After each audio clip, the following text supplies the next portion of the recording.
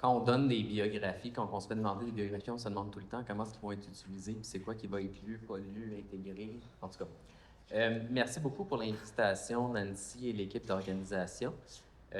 Comme on l'a mentionné, moi, je suis professeur à l'École des sciences infirmières de l'Université d'Ottawa. Mais avant d'être professeur à l'Université d'Ottawa, d'abord, je suis infirmier en Ontario. Mais bien que je réside au Québec, à Gatineau, j'ai seulement travaillé à Ottawa comme infirmier. J'ai travaillé pendant mes années cliniques en santé mentale au Centre de santé mentale Royal Ottawa, où j'ai commencé comme infirmier sur l'unité de schizophrénie.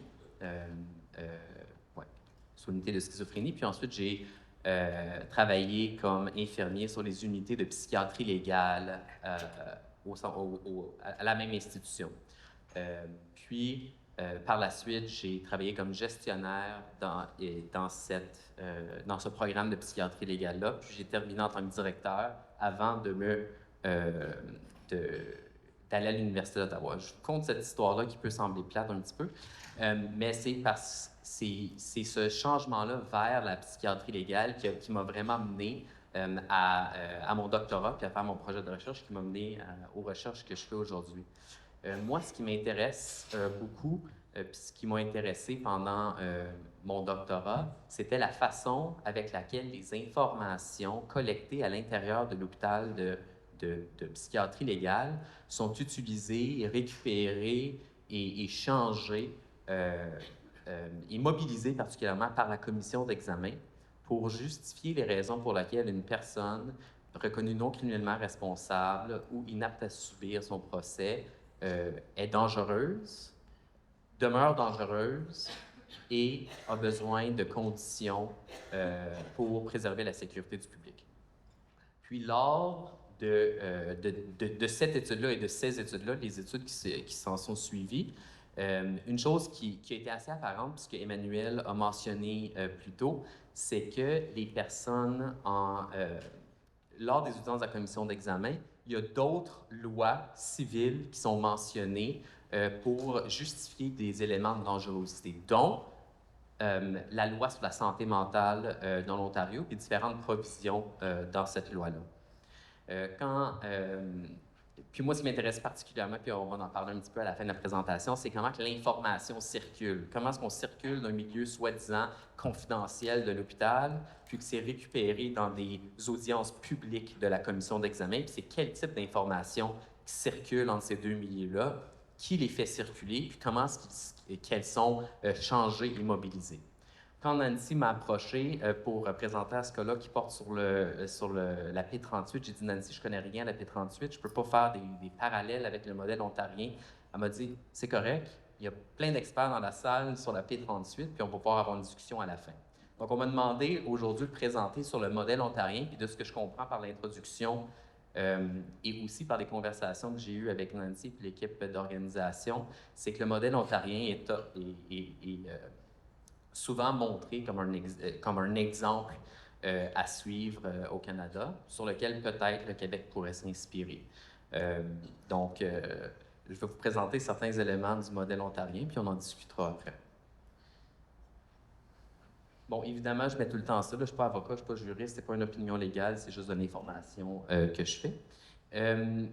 J'ai décidé de diviser la présentation sous différents axes. La première, ce sera les évaluations psychiatriques, ce qui m'apparente de ce que j'ai compris à la fameuse P38, puis le 72 heures, la possibilité euh, de garder quelqu'un 72 heures. Ensuite, les admissions involontaires que vous appelez garde dans l'établissement, de ce que je comprends. Ensuite, les traitements involontaires, les ordonnances de traitement ici. Les ordonnances de traitement communautaire, je ne sais pas si vous avez l'équivalence, mais on va en parler. La commission du consentement et de la capacité, qui est le tribunal qui gère les appels des décisions médicales, on va en parler aussi. Une petite information sur la confidentialité des renseignements personnels, la circulation et ses limites. Et puis finalement, si on a la chance, on a fait une étude récente avec plusieurs intervenants de la commission d'examen en matière d'ordonnance de traitement communautaire, des patients, des familles, des avocats, des membres de la commission d'examen pour voir c'est quoi les éléments de tension, puis si eux avaient des recommandations pour améliorer le système. Parce que le système n'est pas tout aussi jojo, là. C'est pas beau, là. C'est pas scintillant. Donc, essentiellement, le contexte légal en Ontario, en tout cas, moi, je trouve qu'il se divise ou qu'on peut le considérer en fonction de deux lois principales. La première, c'est la loi sur la santé mentale de 1990, puis je vais mentionner à quelques reprises qu'il y a eu des changements significatifs en l'année 2000, puis on en parlera un petit peu. Puis, avec la loi sur le consentement des soins de santé qui va traiter des traitements involontaires à l'intérieur de l'établissement de soins. La loi sur la santé mentale, à l'exception des ordonnances de traitement communautaire et des mesures de contrôle, ne permettent pas le traitement contre le gré, contre le consentement d'une personne à l'intérieur d'un hôpital. Le système doit utiliser et mobiliser la loi sur le consentement des soins de santé pour rendre quelqu'un inapte et forcer le traitement contre une personne, si on veut. Je sais qu'il y a des gens qui prennent des notes. J'ai partagé ma présentation, donc elle va pouvoir être envoyée. J'ai noté une ou deux coquilles, donc vous allez avoir des coquilles dans la présentation que vous allez avoir, mais c'est correct. Donc, la première question qui doit être répondue, c'est comment est-ce qu'une personne se rend à l'hôpital pour avoir une évaluation psychiatrique en Ontario? Il y a trois façons. La première, puis on a discuté, puis c'est de façon volontaire. On se présente à l'urgence ou chez son médecin, puis on dit « j'ai besoin d'aide ». Puis en tout cas, il y a des problématiques avec ça qu'on va voir dans les diapositives qui suivent, mais on a déjà commencé à en discuter avec ce qu'Emmanuel a mentionné. La deuxième, c'est dans le jargon ce qu'on appelle une Formule 2.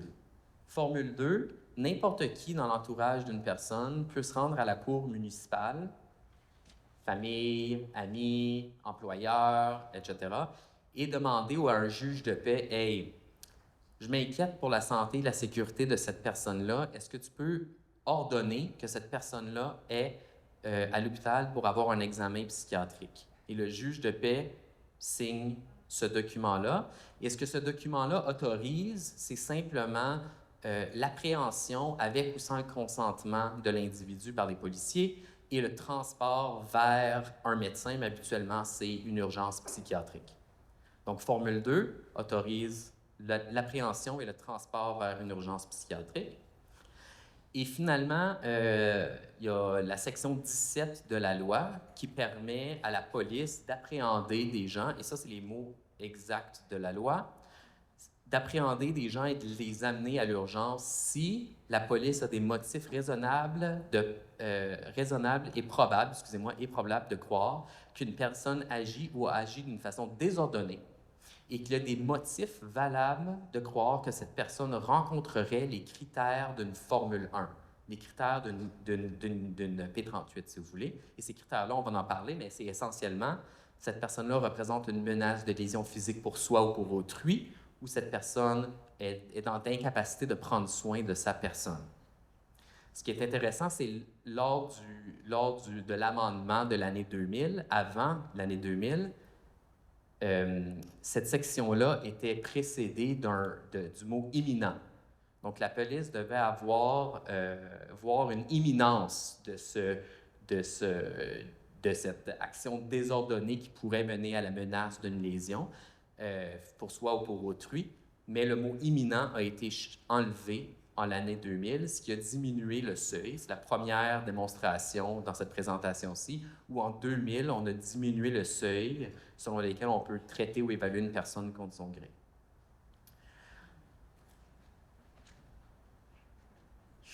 Une Formule 1 qui est essentiellement, de ce que j'ai compris, la P38, est signée par un médecin en Ontario et ça l'autorise l'appréhension, le transport et la garde involontaire d'un individu pendant 72 heures dans un établissement psychiatrique pour fin d'évaluation. Cette Formule 1 autorise la police à aller prendre un individu et le transporter vers une urgence psychiatrique, puis il y a une liste des urgences psychiatriques, mais ça autorise la police à faire ça. Cette Formule 1 est bonne pendant 7 jours. Pourquoi qu'elle est bonne pendant 7 jours? Eh bien, si un médecin rencontre un patient et le patient, je ne sais pas moi, décide de s'en aller, après son évaluation, le médecin peut remplir, tant qu'il a vu le patient, peut remplir le document et on utilise encore des fax. Je ne sais pas si ici vous utilisez des fax, mais on faxe ça à la police et la police a le droit d'aller appréhender cette personne-là pendant 7 jours suite à la signature de ce document-là.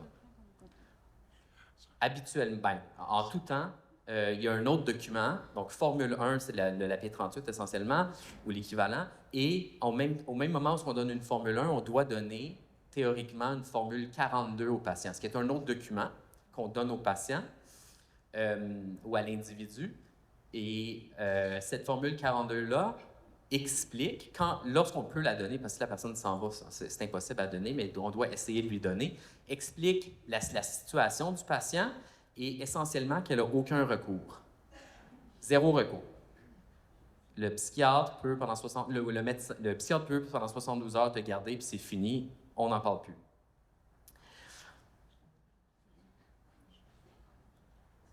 Pour pouvoir faire une ordonnance d'une Formule 1, un médecin doit... puis là, ici, je veux juste vous dire, c'est chargé comme diapositive, mais c'est correct, vous allez l'avoir en document. Donc, j'ai fait exprès que ça soit chargé pour que vous puissiez aller revoir les mots exacts de la loi. Les critères pour une Formule 1, on explique ça. Souvent, ça va être présenté comme les critères passés et les critères futurs.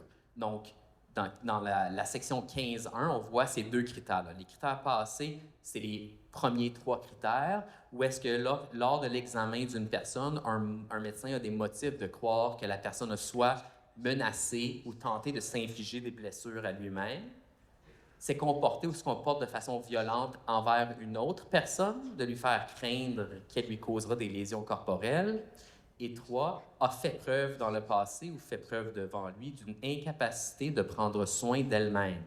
Tantôt, on parlait de dangerosité.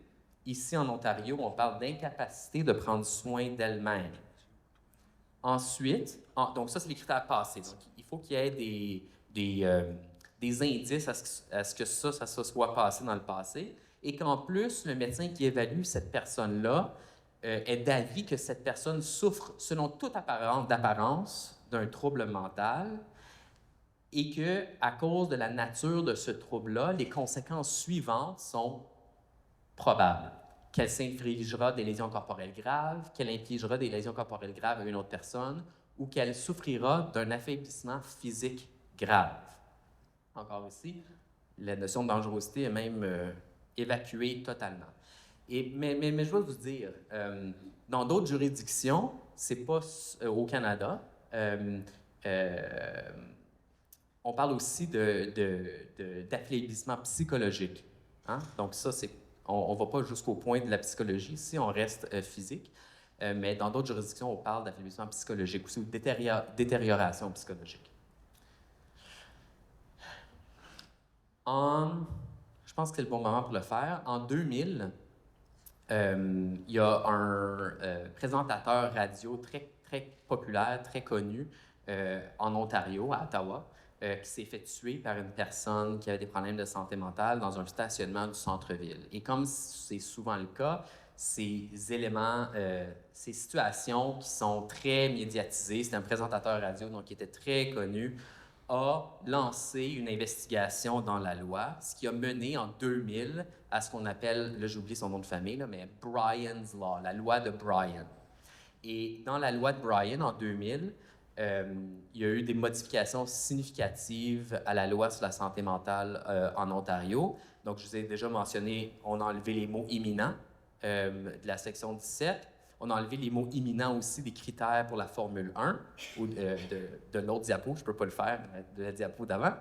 Et on a ajouté une autre façon d'interner une personne pendant 72 heures contre son gré pour motif d'évaluation, et c'est la section 1.1, 15.1.1. Celle-ci n'existait pas avant l'année 2000. Ce que cette section-là permet de faire, c'est que si une personne a déjà reçu un traitement pour cause de troubles mentaux et que sans être traité, le médecin est d'avis que cette personne-là représente une menace de lésion corporelle pour elle-même, pour autrui, ou un affaiblissement physique grave, et que dans le passé, son état s'est amélioré selon le médecin avec le traitement, et que sans traitement, présentement, elle peut avoir le risque d'infliger des blessures graves à elle-même, autrui, ou avoir un affaiblissement physique, et que le E qui est intéressant, qu'elle est présentement incapable de consentir au traitement, eh bien, on peut aussi la mettre en évaluation pendant 72 heures. Ce qui est intéressant ici, puis c'est écrit dans le texte de loi, c'est qu'avoir été psychiatrisé dans le passé permet des psychiatrisations futures avec une barre qui est un seuil qui est beaucoup plus, qui est très diminué. J'aimerais aussi vous noter ici que dans la loi sur la santé mentale 15.1.1e, donc le dernier critère ici, on mentionne la loi sur le consentement aux soins de santé. Donc, on voit ici un enchevêtrement de ces deux lois-là qui fonctionnent ensemble, essentiellement, en psychiatrie. Dans ce cas-là, on doit aussi obtenir le consentement d'un mandataire spécial dans cette situation-ci, puis on va voir plus tard c'est qui ces mandataires spéciaux-là. Donc, à la fin de 72 heures, il y a un choix qui doit être pris. Si le médecin décide que la personne ne représente effectivement pas un risque pour elle-même, pour autrui, ou qu'il n'y aura pas d'affaiblissement grave, la personne peut partir. Elle devient volontaire, essentiellement. Dans le cas contraire, là, je ne peux pas aller... est-ce que tu peux le mettre sur le prochain? Puis on va revenir après. Non, excuse-moi. Deux diapositives. Un autre, s'il vous plaît? Oui, c'est ça. Non, c'est parce qu'il y a un décalage, je pense. On peut reculer de 1. Reculer. Ah, bon. Si à la suite de 72 heures, donc cette période d'évaluation-là, le médecin est d'avis qu'une personne souffre effectivement d'un trouble mental qui pourrait mener les conséquences suivantes, donc infliger des lésions corporelles graves à elle-même, infliger des lésions corporelles graves à une autre personne, ou qu'elle souffre d'un affaiblissement physique, et que ça va se passer à moins qu'il y ait une garde en établissement, eh bien, on peut lui l'ordonner d'être en cure. Il appelle ça dans la loi la cure obligatoire. Moi, j'appelle ça une admission involontaire. Puis là, est-ce qu'on peut revenir de 1? Parfait. Donc, la cure obligatoire ou l'admission involontaire initiale, c'est ce qu'on appelle dans le jargon la formule 3. Ce que la formule 3 permet, c'est la garde en établissement d'un individu pendant 14 jours, 2 semaines contre son gré. Elle doit être signée par le médecin traitant de la personne, mais le médecin qui signe ce document-là doit être différent du médecin qui a signé la formule 1, donc la demande d'évaluation psychiatrique. Encore la même chose, si la formule 3 expire, l'individu devient volontaire, devient admis de façon volontaire. Et un peu similaire avec la formule 1 qui doit être remise avec la formule 42 pour informer au patient qu'il n'y a pas de droit. La formule 3 doit être soumise... avec la formule 3, on doit remettre au patient ce qu'on appelle une formule 30. Et la formule 30, il y a beaucoup de... On se croirait à Astérix et Obélix, hein, vous savez? La maison de fous, je pense que ça s'appelle. Bon. Les formulaires, je ne sais pas c'est quoi le formulaire, mais bon. Il y a plein de formules, en tout cas. C'est une affaire. Formule 30, on va voir c'est quoi. Essentiellement, ça détaille les possibles procédures d'appel pour les patients de la cure obligatoire. Évidemment, 2 semaines, c'est pas long. Donc, la loi a des façons de renouveler. Ils appellent ça des renouvellements de la cure obligatoire. Et ça, c'est fait avec une formule 4. Attendez, c'est pas fini. C'est fait avec une formule 4 qu'on appelle des certificats de renouvellement. Le premier renouvellement est bon pour 30 jours. Le deuxième renouvellement est bon pour 60 jours et les troisièmes et les renouvellements subséquents sont bons pour 90 jours chaque.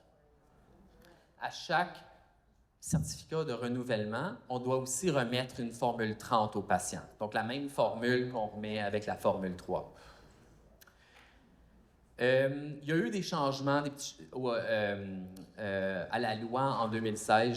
Je n'ai pas mentionné ça, mais essentiellement, je ne l'ai pas mentionné sur la diapositive, mais essentiellement, il y a une quatrième étape où, excusez-moi, mon Dieu, c'est qu'il y a une révision automatique de la commission de la capacité du consentement lorsque ça fait, je pense, je m'en souviens plus exactement, là, mais après le troisième renouvellement, je pense que c'est quelque chose comme le sixième renouvellement ou quelque chose comme ça, il y a une révision obligatoire de la commission du consentement, puis on va en reparler tantôt. Après un an. Donc, on a parlé des critères de la cure obligatoire. Si la personne, si le médecin oublie de faire le renouvellement, donc renouvelle pas après 2 semaines, ou renouvelle pas après 90 jours, le patient tombe automatiquement en cure volontaire et théoriquement devrait pouvoir quitter l'établissement.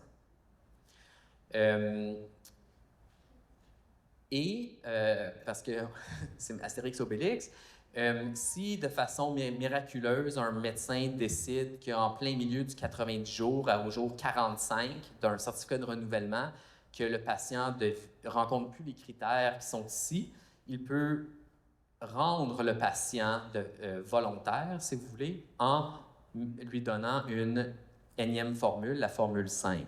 Donc, ce qui le rend volontaire dans l'établissement psychiatrique.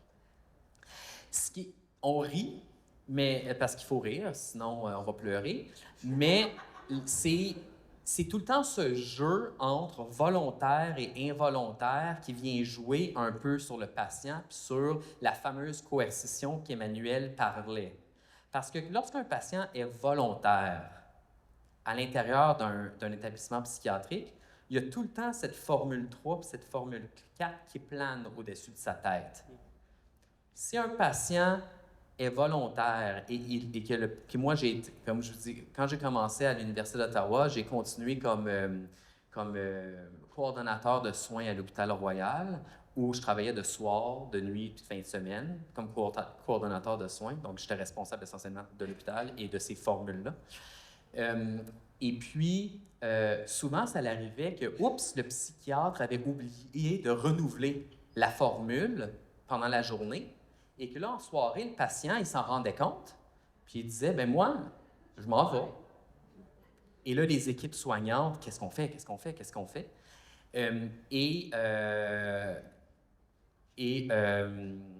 Donc, ça l'arrivait souvent. Ce qu'il faisait, c'est qu'il appelait le psychiatre de garde, puis il le gardait en cure jusqu'au lendemain il refaisait des formules pour que son psychiatre traitant le soigne. Mais ce qui est encore plus problématique, c'est cette question de volontaire et involontaire, c'est que des fois, les patients seront volontaires et là, on leur dit, vous pouvez être volontaire jusqu'à ce que vous décidiez de ne plus être volontaire. Et là, on va vous admettre de façon involontaire à l'hôpital. Donc, il y a donc, ils sont comme volontaires contre leur gré. Parce que la façon que la loi est écrite, permet ce jeu de pouvoir entre les intervenants de soins et les patients. Et on va en reparler, mais ça devient d'autant plus problématique lorsqu'on parle de consentement aux soins, parce que le caractère volontaire ou involontaire d'une admission peut être une monnaie d'échange très intéressante pour l'acceptation de prendre un traitement ou non. On va en parler tantôt. Donc, c'est quoi cette fameuse formule 30, cette formule qui explique les droits des patients? Cette formule 30 explique que ça s'appelle un avis au patient. C'est que le patient essentiellement qui a été mis en cure obligatoire et qui a un droit de contester cette cure obligatoire devant un tribunal qui s'appelle la Commission de la capacité et du consentement. Et qu'en préparation pour l'aider à prendre une décision, s'il décide ou non de faire appel de cette formule-là, de cette cure obligatoire, qu'il sera visité par un conseiller en matière de droit. En Ontario, il y a un organe du ministère, si vous voulez. Là, je ne connais pas l'acronyme en français. C'est le PPAO, le Patient Office of Advocacy, quelque chose comme ça. Donc, c'est pour protéger les droits des patients, essentiellement. Et leurs conseillers à eux vont venir voir le patient suite à l'hospitalisation involontaire de ces patients-là. Donc, le conseiller en matière de droit visite l'individu, explique la situation spécifique à l'individu, va l'informer de son droit d'appel à la commission de consentement de capacité, va l'aider dans sa demande de processus d'appel et, s'il décide, il l'aidera aussi à obtenir des services juridiques. Est-ce que c'est le moment? Oui, je pense que je peux l'expliquer. Donc, sur papier, c'est beau. Hein? Non? Vous ne trouvez pas ça beau? Il y a un organe qui s'occupe des droits aux patients. Là, je n'ai pas de données. Ce n'est pas des observations empiriques, mais c'est plus des observations cliniques que j'ai vues moi-même. Il y a des bons conseillers en droit des patients, puis il y en a des moins bons, comme dans tous les domaines. J'ai vu souvent des conseillers en droit des patients venir voir les patients en soirée, ce qui est correct, mais que si le patient est en train de dormir, par exemple, ben, on ne va pas le réveiller. On va simplement laisser un document qui est tout en jargon légal. On va laisser ce document-là sur sa table, dans sa chambre, puis on va quitter, puis on va simplement écrire dessus que le patient dormait pendant qu'on est passé. Ça l'arrivait assez souvent, ça, je peux vous le dire. Aujourd'hui, avec la COVID, depuis la COVID, ces visites-là se font des fois de façon virtuelle. Et les patients, si on a le temps, on en parlera de l'étude à la fin, les patients vraiment n'aiment pas ça de façon virtuelle et trouvent que l'information qu'ils reçoivent n'est pas adéquate. Donc, il y a des problèmes avec cet organe-là qui est supposé protéger le droit des patients. Donc, on a dit que la loi sur la santé mentale, à l'exception des ordonnances de traitement communautaire, ne permettent pas le traitement forcé d'un individu au sein de l'établissement, Le système psychiatrique doit utiliser la loi sur le consentement aux soins de santé, qui est une loi ontarienne pour tous les soins de santé, que ce soit une opération cardiaque, une amputation de la jambe, je ne sais pas, c'est des tests de diabète, c'est tout. Puis on indique clairement dans cette loi-là que de facto, tout le monde, à la base, on prend pour acquis qu'elle est capable de consentir pour son traitement, mais que pour qu'elle soit capable de le faire, elle doit être apte à comprendre les renseignements pertinents à l'égard d'une prise de décision pour ce traitement-là et être apte à évaluer les conséquences raisonnablement prévisibles de cette décision-là ou de l'absence de cette décision-là. Donc, est-ce que je suis capable de comprendre les conséquences de si je décide de prendre le traitement ou si je décide de ne pas prendre le traitement? Et la loi nous explique qu'il y a 4 éléments qui doivent être pris en compte lors d'un consentement. Le premier, c'est que le consentement doit porter sur le traitement. Lorsqu'on consent pour un traitement psychiatrique, on n'est pas en train de consentir pour un traitement à cœur ouvert ou vice-versa. Le deuxième, c'est que le consentement doit être éclairé. On va parler de ça tantôt. Le consentement doit être donné volontairement. Et c'est ici que j'aimerais élaborer sur mes histoires de Formule 3, Formule 4, Formule 48. C'est que, je dis 48, mais c'est parce qu'il y en a une 47 qu'on va voir tantôt. C'est que, et ça, j'ai vu ça en pratique, puis c'est noté de façon empirique à de nombreux endroits, c'est que souvent, la garde en établissement, la garde involontaire en établissement va être utilisée comme monnaie d'échange pour le consentement au traitement. Je vous donne l'exemple suivant. Un patient entre, il est à l'hôpital, il est sur l'unité de soins en cure obligatoire et le médecin, il ne consent pas au traitement.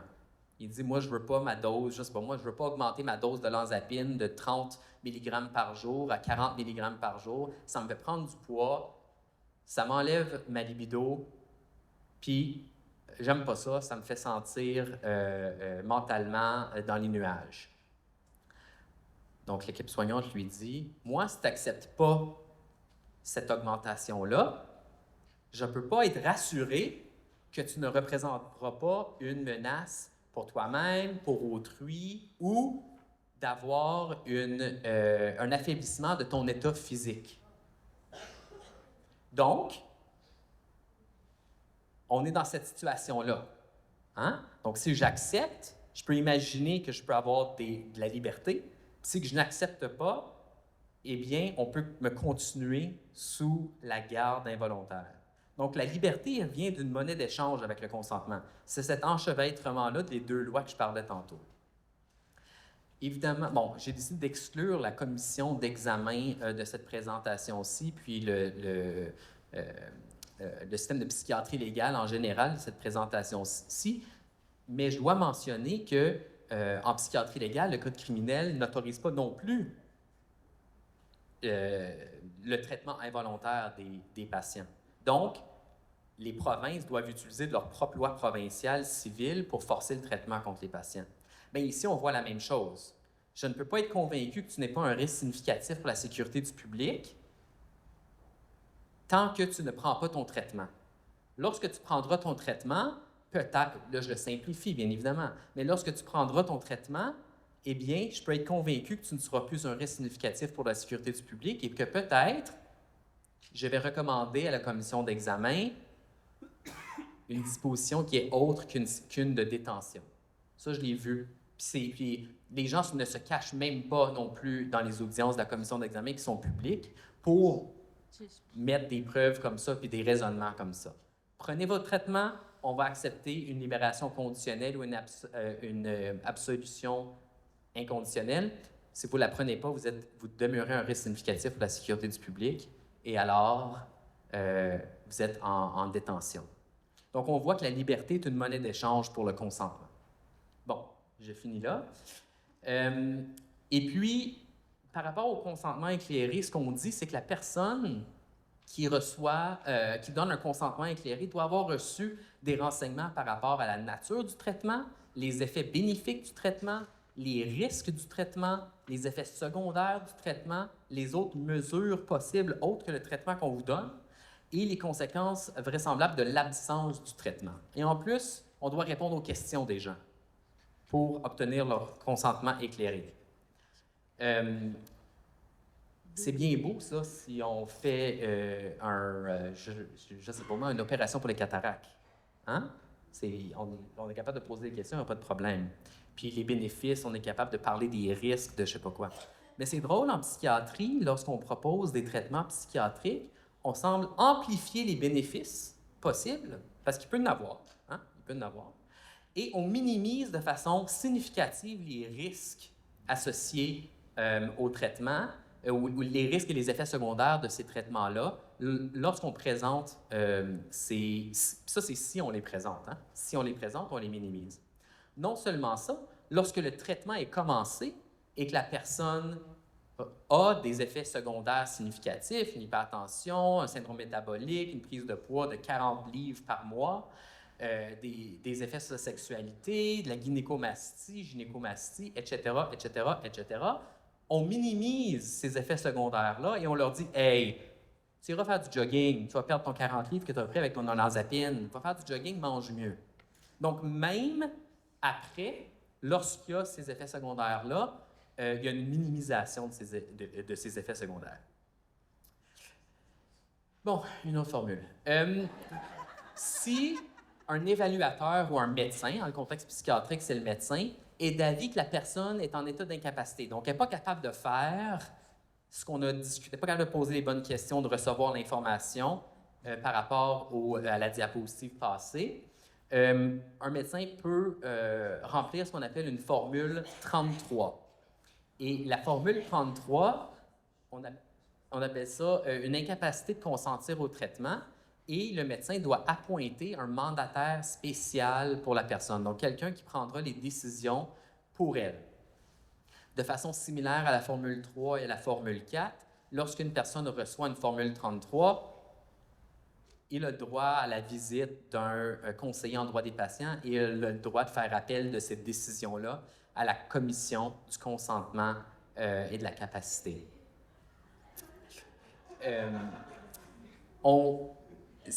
Ce qui est pertinent à mentionner, par contre, ici, c'est que si un patient décide donc, excusez-moi. Donc, cette formule 33-là d'incapacité permet à l'hôpital de traiter juste cette formule-là. Je signe, vous êtes incapable, permet à l'hôpital de traiter, en utilisant le consentement du mandataire spécial, la personne contre son gré. Donc, je signe, je peux traiter la personne contre son gré. Il y a un petit délai, par contre. Le délai, c'est 48 heures. Donc, on signe, puis 48 heures plus tard, s'il n'y a pas d'avis que la personne va contester cette formule-là, 33, on peut commencer à la traiter immédiatement contre son gré, en utilisant le consentement du mandataire spécial. Pourquoi 48 heures? Bien, la personne doit avoir eu la chance de recevoir la visite du conseiller en matière de droit et de faire application à la commission du consentement et de la capacité. Si un individu en Ontario, si un individu décide de faire appel de la décision, on ne peut pas le traiter tant que la commission n'aura pas émis sa décision par rapport à ce cas-là. Ce n'est pas le cas de toutes les juridictions. Je crois, là, prenez pas mon mot, je crois que c'est en Nouvelle-Écosse où est-ce qu'on peut commencer immédiatement à traiter la personne, même pendant la procédure d'appel. Et en Colombie-Britannique. Merci, Emmanuel. Donc ça, c'est une particularité. Il y a des petites particularités comme ça. La loi aussi stipule qu'il y a une hiérarchie des mandataires spéciaux. Et cette hiérarchie-là, évidemment, le premier, c'est le tuteur de la personne qui peut consentir pour lui. Le deuxième, c'est un procureur aux soins. Donc, si la Cour a ordonné un procureur, bon, c'est le procureur qui décide. Un représentant. Le représentant, c'est, hypothétiquement, si la commission du consentement et de la capacité a dû à se prononcer par rapport à c'est qui le mandataire spécial de cette personne-là, puis qui ont désigné quelqu'un dans le passé, bon, bien, c'est cette personne-là, c'est le représentant de cette personne-là. Et ce qui nous intéresse plus, c'est les derniers, là, de 4 à 9. C'est habituellement la liste qu'on descend pour les adultes. Donc, en premier, c'est le conjoint, la partenaire. Ensuite, un enfant ou un parent. Ensuite, si c'est un enfant, un parent qui a le droit de visite, donc il n'y a pas la garde, mais qui a un droit de visite. Frères, sœurs, autres parents comme cousins, nièces, neveux, tantes. Et finalement, la curatelle publique.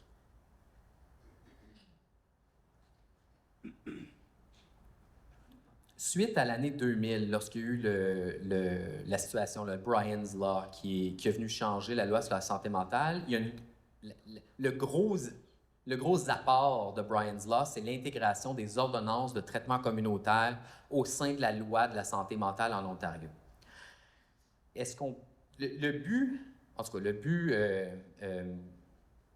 écrit de cette provision-là dans la loi, c'est d'éviter les situations, c'est écrit en bas ici, là, puis c'est écrit mot pour mot dans la loi, mais pour d'éviter les situations où un patient rentre à l'hôpital en cure involontaire, accepte son traitement, est relâché dans la communauté, décide de ne plus prendre son traitement, retourne à l'hôpital, prend son traitement. Donc, d'éviter là, ce qu'ils appelle la porte tournante là, dans le jargon. Et que eux, ils considèrent que cette ordonnance de traitement communautaire-là est moins contraignant que la détention dans un établissement psychiatrique. Mais pour faire des liens avec ce qu'Emmanuel a dit précédemment, c'est essentiellement juste une extension, essentiellement, de ce traitement involontaire-là dans la communauté. Les ordonnances de traitement communautaire sont ordonnées par un médecin. Ils contiennent 2 documents, soit l'ordonnance, qui est accompagnée d'un plan de traitement. On va parler d'un plan de traitement. Et il est valide pendant 6 mois et est renouvelable à chaque 6 mois et est renouvelable. Et aussi, il y a une provision dans la loi qui mentionne que si l'ordonnance de traitement communautaire est renouvelée 2 fois, c'est automatique qu'il va y avoir une audience devant la commission du consentement et de la capacité pour revoir les modalités du plan de traitement. Donc là, vous voyez où qu'on va venir aux prochaines diapositives de cette commission-là. Ce qui est intéressant aussi, ce que cette section-là de la loi permet, c'est que si un patient ne fait pas, ou si le médecin a oui, je pense que ça dit ça, a oui, que le patient ne fait pas ce qui est identifié dans son plan de traitement, il peut notifier la police pour demander à ce que le patient soit amené à l'hôpital pour faire une évaluation, un peu comme la Formule 1 là, qu'on a discuté plus tôt. Ça, on appelle ça Formule 47, et c'est seulement que pour les gens qui ont des ordonnances de traitement communautaire. Voici les critères, on ne va pas les lire au complet, pour les ordonnances de traitement communautaire. Ce que j'aimerais mentionner toutefois, c'est le premier critère A, c'est que la personne doit avoir eu des hospitalisations passées, soit 2 fois en l'intérieur de 3 ans, ou pour une période de 30 jours consécutive dans les derniers 3 ans, ou avoir déjà eu une ordonnance de traitement communautaire dans le passé pour pouvoir être éligible à une ordonnance de traitement communautaire. Je n'aime pas ça ce mot, être éligible. Donc ici, on voit encore que si tu as été psychiatrisé dans le passé, tu peux l'être dans le futur aussi de façon beaucoup plus facile. Ben oui. Et il doit avoir, automatiquement, là, c'est caché par le podium, là, mais il doit avoir un consentement à une ordonnance de traitement communautaire. Donc, soit le patient consent à l'ordonnance de traitement communautaire ou son mandataire spécial. Et puis, dernièrement, les gens qui sont nommés dans ce plan de traitement-là, ce plan de soins-là, doivent être aussi contactés et disponibles à donner les soins qui sont ordonnés dans cette ordonnance-là. Donc, cette fameuse commission du consentement et de la capacité qui semble être la protectrice des droits des patients. Donc, on a vu à 3 reprises dans cette présentation-ci que la commission peut se pencher sur des cas. La première, c'est en cure obligatoire, donc les formules 3 et 4. La deuxième, c'est s'il y a une incapacité à consentir au traitement, formulaire 33, formule 33. Et finalement, c'est une ordonnance de traitement communautaire. En fonction de cette présentation-ci, il y a ces 3 façons-là qu'une cause peut être entendue par la commission du consentement et de la capacité.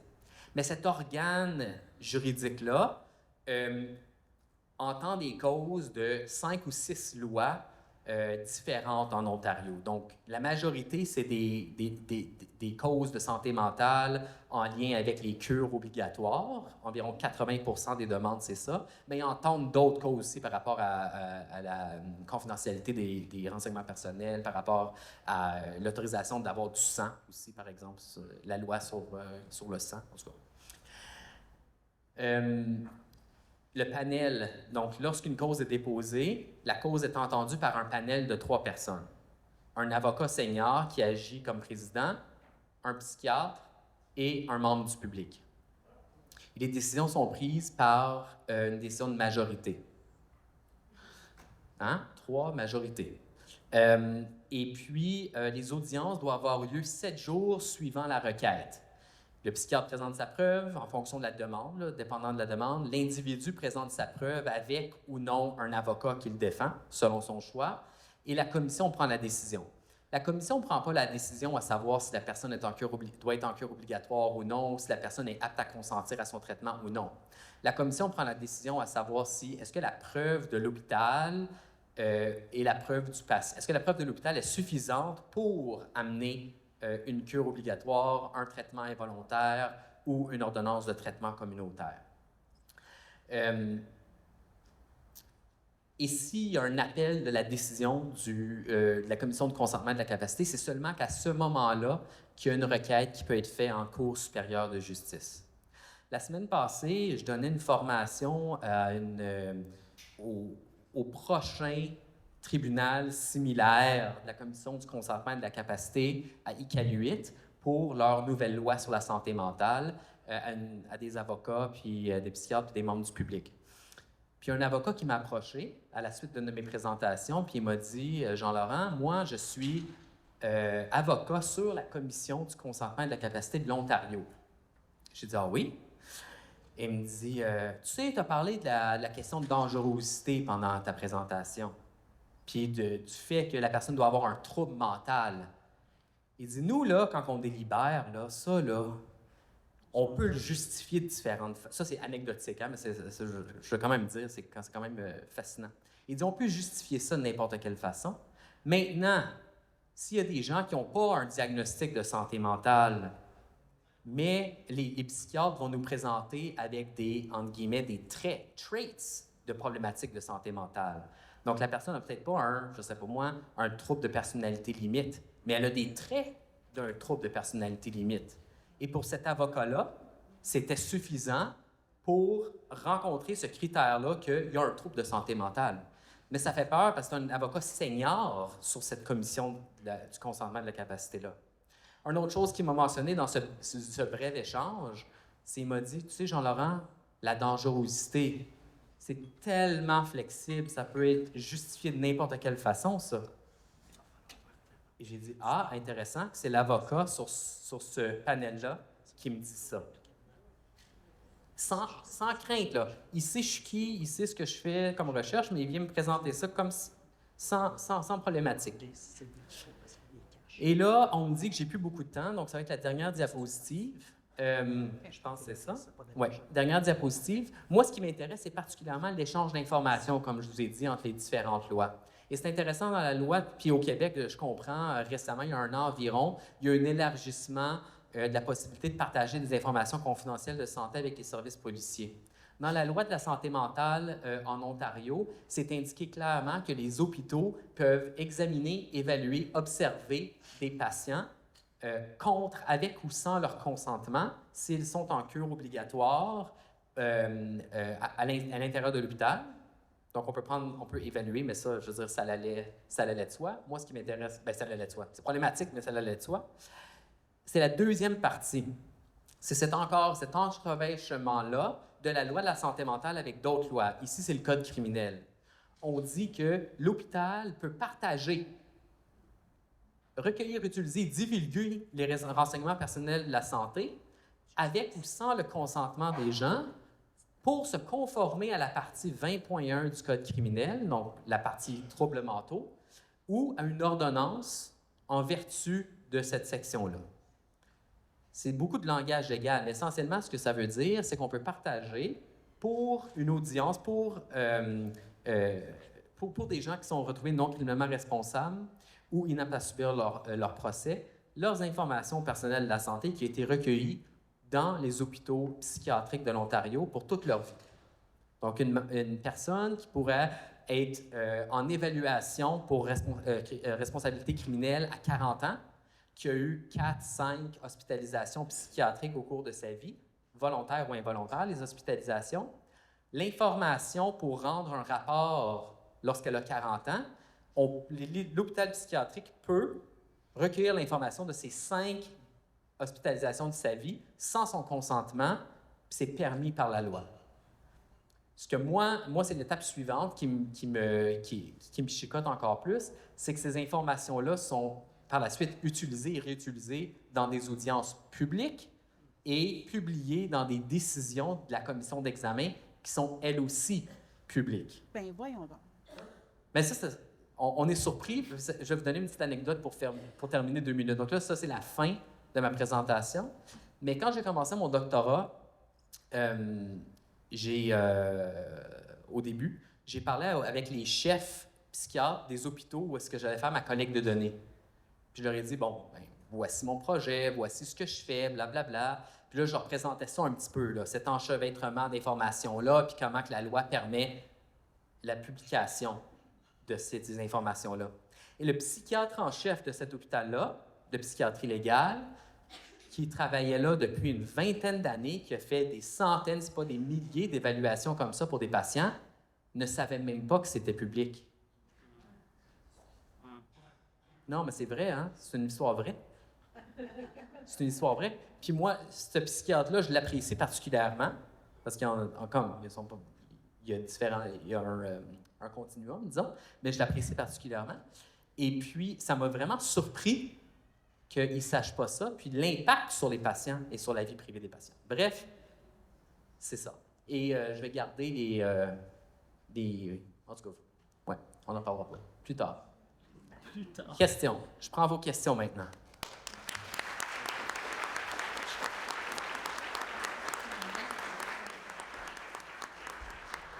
En tout cas, question. Bonjour, merci pour la présentation. Mon nom, c'est François Winter. Je suis directeur de la droite Chaudière-Appalaches, un groupe de défense des droits en santé mentale. membre du conseil d'administration d'Agide et porte-parole de l'association. Alors, ma question est la suivante. En matière de P38, puis vous avez mentionné que vous n'étiez pas expert sur le P38, mais essentiellement, il y a 3 types de garde: la garde préventive, la garde provisoire, garde autorisée, et puis pour les ordonnances de traitement, hébergement, les autorisations judiciaires de soins. Donc, c'est somme toute un processus qui est assez simple. Donc, j'ai compté, parce que j'ai pris des notes, j'aime ça noter les chiffres. Il y a une formule 1, une formule 2, une formule 3, une formule 4, une formule 5, une formule 30, une formule 33 et une formule 47. Il y en a peut-être plus, puis peut-être qu'il m'en manque pour avoir ma carte de bingo remplie. Mais essentiellement, lorsqu'on entend Mathieu Dufour dans les médias, Mathieu Dufour qui est le directeur des services professionnels de Pinel, vanté à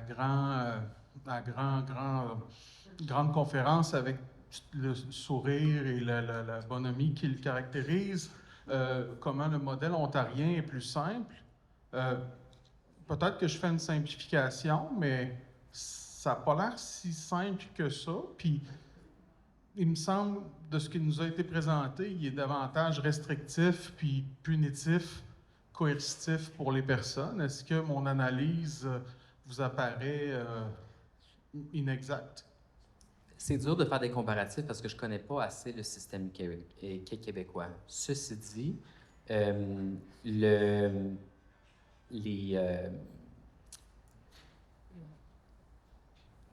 on voit que, donc, suite à la présentation d'Emmanuel, on voit que les décisions, ils ne sont pas prises à la cour, ils sont prises à l'hôpital par les médecins. D'abord, ça, c'est une chose qui est assez différente entre les deux. Et puis, j'ai oublié de vous mentionner quelque chose. Peut-être que je vais le mentionner en réponse à votre question.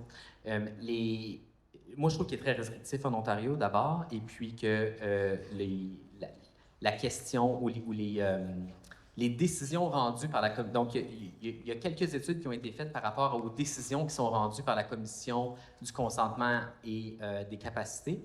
Puis, on dit en général que seulement que 10 % des cas, donc des appels des patients qui disent qu'ils ne sont pas d'accord, sont reconnus. Donc, c'est environ 10 % seulement que les commissions sont d'accord ou du côté des patients. Donc, dans la majorité des cas, dans la très grande majorité des cas, les appels, ils vont nulle part. Donc, c'est ce que je vous dis, qu'ils sont coercitifs. L'autre question que j'ai, c'est au niveau du facteur temps.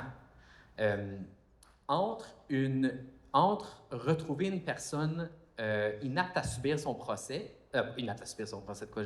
incapable de prendre des décisions par rapport à son traitement, si la personne ne décide de ne pas contester, on peut lui forcer des traitements 48 heures après avoir signé ce document-là. Je comprends qu'au Québec, c'est plus compliqué que ça. Il faut aller à la cour, il faut présenter des choses. Hein? Donc, 48 heures. Si la personne conteste ça, 7 jours plus tard, au maximum, il va avoir une audience. Donc, même s'il conteste, ça va prendre peut-être 9, peut-être 10 jours avant qu'on peut commencer un traitement contre son gré. Donc, peut-être que le facteur temps, c'est ce que Mathieu Dufour mentionne. Ouais. C'est ça. Je ne sais pas si ça répond. En partie, j'imagine qu'on va avoir le temps de revenir aujourd'hui. Puis j'oserais peut-être une autre question. Je ne sais pas si vous avez vu des statistiques comparatives, puis c'est une question que je ne connais pas vraiment la réponse. Est-ce que la santé mentale, ça se porte mieux en Ontario? Dans le sens, est-ce qu'il y a moins de suicides? Est-ce qu'il y a moins de crimes violents commis par des personnes qui ont des problèmes de santé mentale? Parce qu'on nous vend ce modèle-là à grand renfort de campagnes promotionnelles dans les médias, puis c'est plutôt inquiétant. Mais la vérité, on se questionne, la vérité, c'est quoi? Parce qu'il y a un proverbe qui dit « à beau mentir qui vient de loin ». Je ne fais pas référence à vous, mais, mais à d'autres aussi. Donc, Ouais, pour répondre à cette question-là, je vais mentionner 2 choses. La première, c'est que je pense que la présentation à Emmanuel répond à la question. N'importe quel cadre juridique qu'on a, les traitements forcés, les gardes involontaires sont en augmentation partout dans le monde. Aux États-Unis, au Royaume-Uni, en Australie, au Canada, à travers les provinces, dans des systèmes qui sont très coercitifs comme la Colombie-Britannique, des systèmes qui sont, disons, dans le milieu, que je considère un petit peu dans le milieu comme l'Ontario, mais ça va en augmentant partout. Donc, les cadres juridiques semblent ne pas vraiment influencer ça. Une autre chose que j'aimerais ne semble pas influencer ça parce que, puis ça c'est l'autre élément, c'est que les milieux psychiatriques semblent être des milieux qu'on peut qualifier d'extrajudiciaires. Il y a des choses qui se passent là-dedans qui sont clairement contre les droits des personnes, des mises en contention sans autorisation. Et il n'y a pas de grands questions, il n'y a pas de grands questions, il n'y a pas de grands appels par rapport à ces décisions-là. Donc, c'est ça. Donc, la réponse est non, il n'y a pas de différence. Merci. Bonjour. Bonjour, il y a une différence de grandeur, mais je pense qu'on m'entend pareil. Oui. Oui. Je suis en dessous du micro. Carole Giguère de Représentation et Droit à accès Outaouais. Enchanté. J'aurais aimé vous entendre sur la formule 27. Je 27? blague. Difficile d'avoir un consentement éclairé sur tout ça. Moi, j'ai d'abord un commentaire. Quand vous parlez de monnaie d'échange, c'est monnayable pour la liberté. Moi, dans mon livre à moi, ça s'appelle du chantage. Oui, Tu prends pas effectivement. des pilules. Oui, mais c'est jamais dans dit. ta chambre. Oui, mais Tu c'est prends pas- jamais dit comme ça, hein, évidemment. Non, Il faut pas. faut pas. Mais moi, ma question, en bout de ligne, là, ça va être les effets secondaires de la P38. Je sais que vous êtes en Ontario, Oui. mais j'ai travaillé 25 ans en Ontario, puisque je suis d'Outaouais, comme travailleuse sociale, Oui. 15 ans de bénévolat avec les personnes vulnérables.